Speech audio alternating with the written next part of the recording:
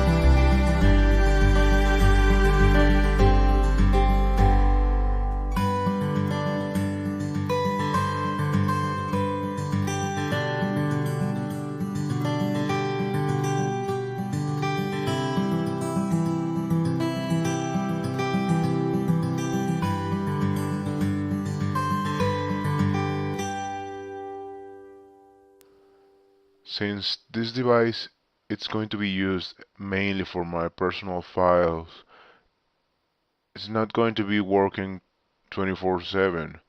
The pool has two devs with two hard drives in mirror configuration, which allows my data to survive up to two failed hard drives.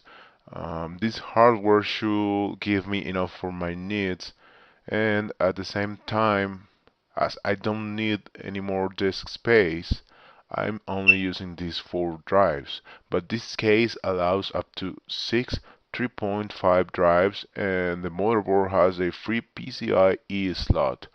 So in general, there are tons of options for upgrade this NAS in the future.